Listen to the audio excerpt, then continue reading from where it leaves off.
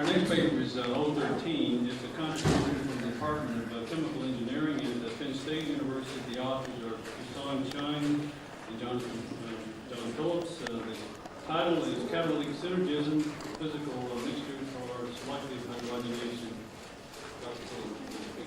Well, in the tradition of making comments about the weather, last time I was in China for the last meeting of this group, and I learned about Tai Chi, where everyone moves very slowly. Now I know what it's for, so you don't grip on days like today.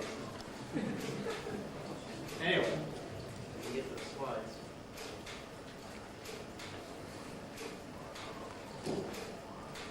This is too long now. Haven't you read up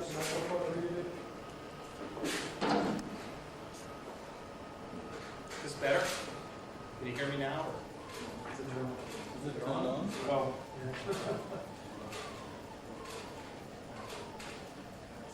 there's the switch.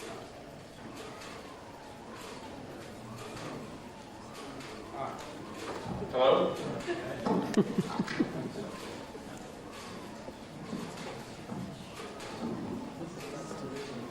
I think I'm going to get the first gong before we get to the first slide.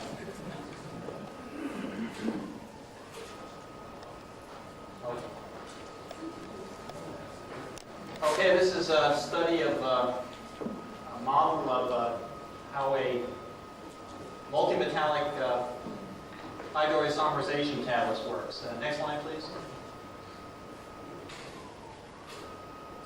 When we started this program, we are looking to solve a specific chemical problem.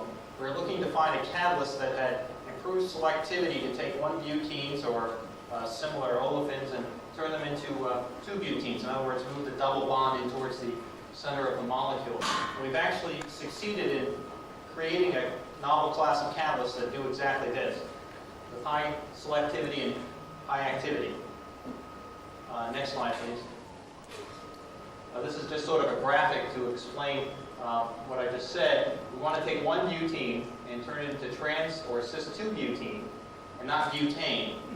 And the reason we want to do it, we want to put the double bond in the center. So when we take these small molecules and you put them into your alkylation unit, you get more branching and therefore higher octane output. So there is an economic basis for studying this particular reaction. Next slide. Like I said, we actually succeeded in finding a class of catalysts that actually did this very well. And what we did is we took a class of catalysts which we sort of discovered by accident have excellent selectivity for the reaction, but virtually no activity. So you could make lots of 2-butenes from 1-butene, but at a rate that was commercially unviable, to put it mildly. We combined these with a little bit of a noble metal. We put the two together and we got this class of catalyst. So you basically have a base metal and a rare earth material combined with a noble metal, and you'd find that you had something with both excellent selectivity and activity. You'd have the selectivity of this first compound, and then would have the activity of the noble metal, which is the conventional catalyst at this time. Next slide, please. And here's an example of showing that. The red line is actually something like the conventional catalyst. The conventional catalyst is actually in a different support, but it's just basically a noble metal. And you can see the conditions we tended to run, that we only got 50% selectivity, so half the molecules coming out with butane, they were saturated. Whereas the iron praseodymium, which is the one that I'm showing in this graph, had excellent selectivity, about 95%. So that meant 19 out of 20 molecules coming out actually were the 2-butenes. But the activity was very low. In fact, to measure the activity, we had to raise the temperature of the reactor at 180 degrees above that of palladium. However, when we made the catalyst with all three materials together, we actually got the selectivity very similar to that of the iron praseodymium, but in activity almost equal. Actually, on a per gram palladium basis, it was better than the palladium by itself catalyst. So we call this a success. Next slide. And in fact, even in industrial reactors, it works. We can get our catalyst to work at temperatures where the current palladium catalysts actually die. Palladium catalysts are dead in this temperature region. Ours is still alive. We get a much better product ratio of 2-butenes to 1-butene as a result, because we have thermodynamics on our side when we get to lower temperatures. Next slide. So we had to have a model to explain this. Actually, we had a mental model in the first place. That's why we tried this. And the model is something like this. The selective, this is a cross-sectional particle on a, let's say, a carbon support, which is our common support, although it works on silica as well. But it's a big carbon, you'll see why later. Most of the surface, because most of the metal in the system is actually this iron cerium or iron praseodymium or cobalt praseodymium. And a little bit of it is the noble metal. The idea is that the noble metal is required to create hydrogen atoms, which then spill over to the selective section and activate it. The reason we decided that the alloy wasn't active at low temperatures is that at low temperatures it cannot create hydrogen atoms. So somehow you have to provide hydrogen atoms to this surface in order to make it active. So this is a kind of a bifunctional single particle concept. Okay, next slide. Now the question is why we have hydrogen at all, so we should go look at the mechanism a little bit.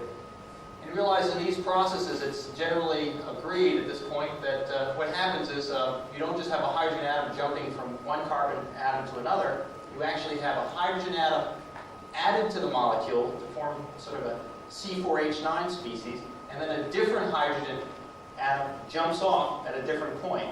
So you actually have to have these three hydrogen atoms accessible in order to make the mechanism work. That's why this process is always run with hydrogen in the feed, even though that, of course, creates some butane, some saturation. Next slide.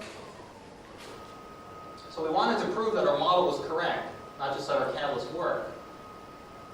So what we did was we said, well, let's look at the activity and selectivity of a physical mixture, because if we're in fact correct, we should be able to separate the two functions, physically separate them, and yet have them work together synergistically to create a more active catalyst.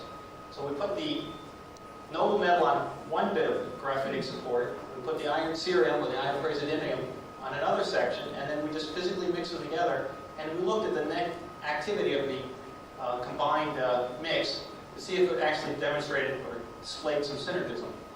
And in fact, we found synergism, as we'll see in the next few slides. Next slide.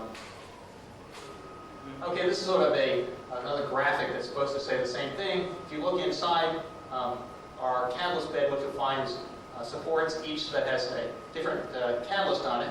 One support has little noble metal particles. We call those the activator because they split the hydrogens. Another piece of the support will have some of our alloy particles on it, and it'll just be physically mixed. So if hydrogen is being generated here, it has to spill over and become accessible on another piece of support. That's one of the reasons we use graphite, because, as Professor Boudard pointed out many years ago, graphite actually has the best capability for this sort of spillover phenomenon. Next slide. This is sort of the key slide in the whole thing. Key data slide, anyway. We start by looking at these diamonds. If we understand that, that will help us through the whole thing.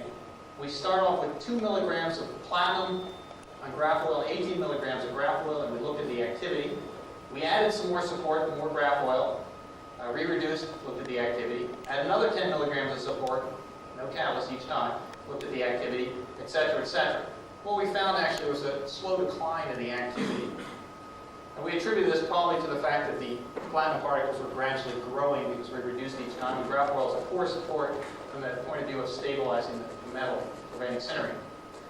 In contrast, what we did is we then took let's just look at the circles, because the circles are at the same temperature as the diamonds.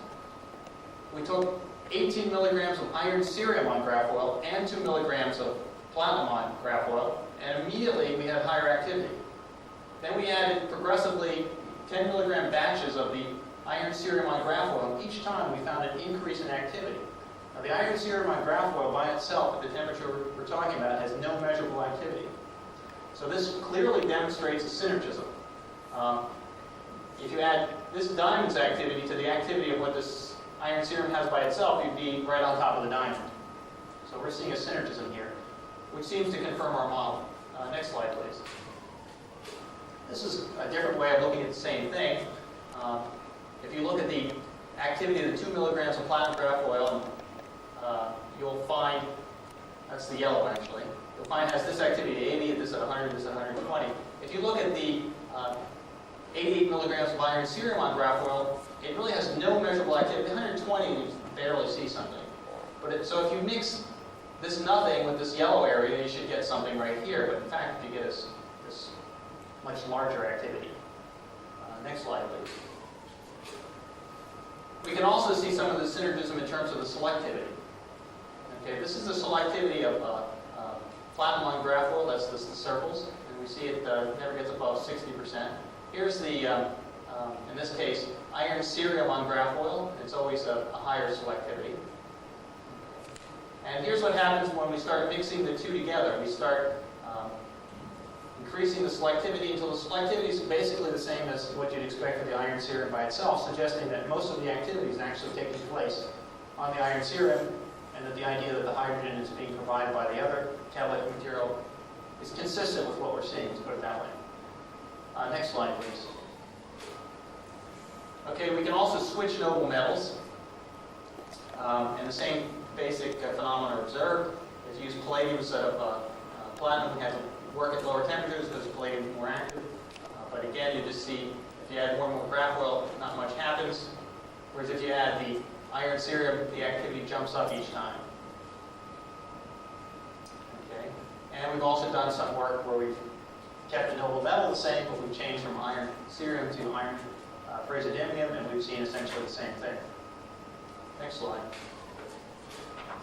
Okay, this is another way of displaying the same thing. The activity of the iron cerium, again, is really absolutely zero, but if you mix this zero and this activity with palladium, you get a clear synergism in terms of activity.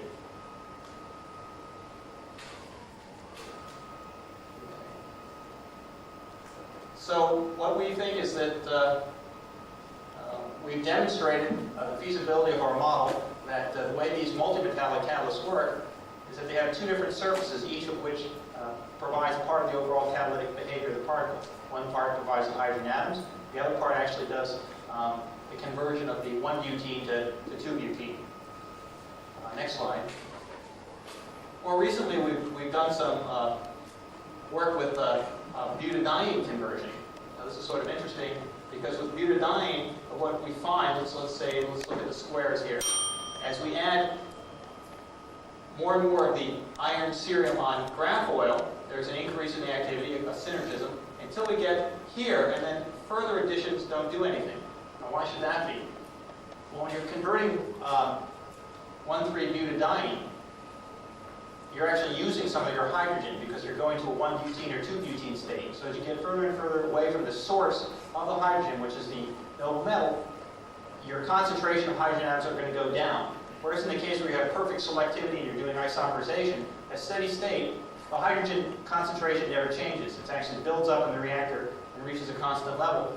So as you add more and more iron cerium, you continually see the same increase in level of activity.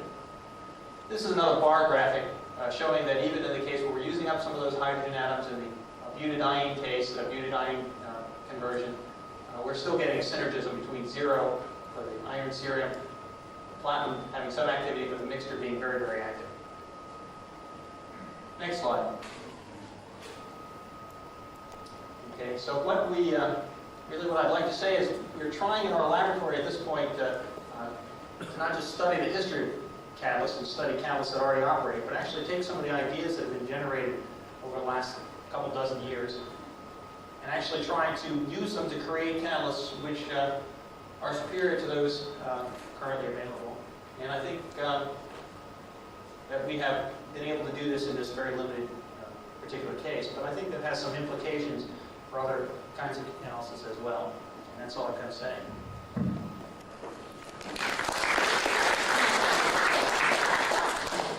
Okay, the paper is now for discussion. Yes, sir.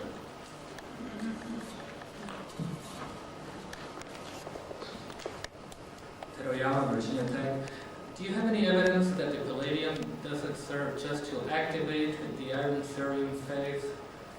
Could you do an experiment in which you had palladium in a little basket, you carry out the reaction, and then you remove the palladium to see if the activity is maintained? We've actually done experiments like that. If the palladium is not intimately physically mixed with the other catalytic material, you don't see any synergism. In other words, if we actually separate them at all, there's no synergism. Yeah, but then there's no activation of the iron Well, phase So you're saying we should just remove the palladium at the end? at the end.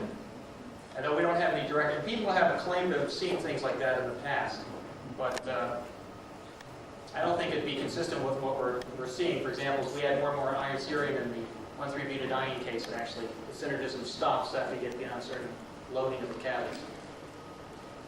Thank you.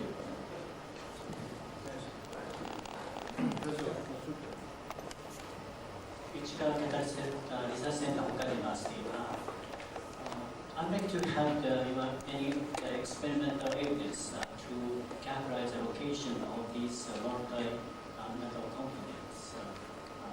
Any ions, palladiums, or some ceriums, how this rocket is on the surface of the particles. Yeah, characterizing these materials is very difficult. For example, if you're talking about a multimetallic catalyst, and this has been somewhat daunting so far, you have the potential of having 3 different metals on the surface. One of the things we were concerned about that we thought was a realistic possibility, for example, was that there was a formation of an alloy that actually the iron cerium and the platinum would get together and form an alloy, and that's what actually we were observing. We were forming the multimetallic catalyst. But in fact, we chose this particular system because the iron cerium platinum alloy has terrible selectivity, less than 10%. And also, if you look at the X-ray diffraction pattern, there's a very distinct pattern to the iron cerium platinum alloy. And when we deliberately made the alloy, we could see that pattern. So one thing we know is that they are not forming an alloy, both from the X-ray diffraction and from the selectivity data. Right now, we're just beginning the characterization process, and I think it's going to be a difficult one. Just characterizing bimetallics, as you know, both of us have worked on that for a number of years, is daunting, and when you get to multimetallic systems, it gets more complicated. So I think it's going to be an interesting study. Professor Dunn. Yes, right at the University of Mexico. The question I had was, you showed us that palladium was very active, but not so selective. So when you physically mix them, your selectivity should be low because palladium by itself is still doing what it should be doing. Well, actually, okay, well, platinum's the one we focused on. Is that what you mean? Probably platinum. I don't think I showed palladium. Okay, we didn't show. It starts off low. Okay, at the point where you just get a little bit of synergism. When you first add your first 10 milligrams of iron cerium, actually it's below the selectivity of pure platinum, to our surprise, something we have not been able to explain. And it gradually rises as, you could say, as an increasing fraction of the total reaction is taking place on the iron cerium. Then you see the selectivity continually rise. So we think the selectivity behavior, how it changes as a function of iron cerium you have in the system, is consistent with the idea that activity is occurring on both surfaces. The platinum or the palladium is continuing to catalyze the reaction, and the other surface, which without the platinum present or the palladium present does not do anything, is active as well and becomes overwhelming. So you're not actually shutting off the activity? No. No, we think it's just a sum of 2 activities, the 2 selectivities. Let's take one last question on the left. 小松、東京インスティテュート there is some reports about rare earth intermetal compounds, which is a good catalyst for the partial hydrogenation of 1,3-butadiene. And do you have any evidence for iron cerium catalyst for the formation of intermetal compounds? You use word alloy, not intermetal. Right, yeah. We don't really know the state of the iron cerium at this point. The X-rays suggest that there actually is kind of an intermetallic compound forming, but the X-rays aren't absolutely clear on that. There's also some apparent, some cerium oxide, and some iron. So the actual composition of the surface, which is active for this reaction, is a good question. We have tried iron by itself, mixed with platinum or palladium, cerium by itself, mixed with platinum or palladium, and we never see the synergism. So there's something special about the 2 of them being there simultaneously. And the structure of that surface is something we'd like to explore. By actually separating out the iron cerium from the noble metal and showing we still have the same effect in terms of analytical tools, this is going to improve things because now we only have 2 metals to look at. We don't have to worry about 3. So that's part of the long-term strategy. Oh, thank you, Dr. Phillips. Very interesting talk. The rest of us are catching a break.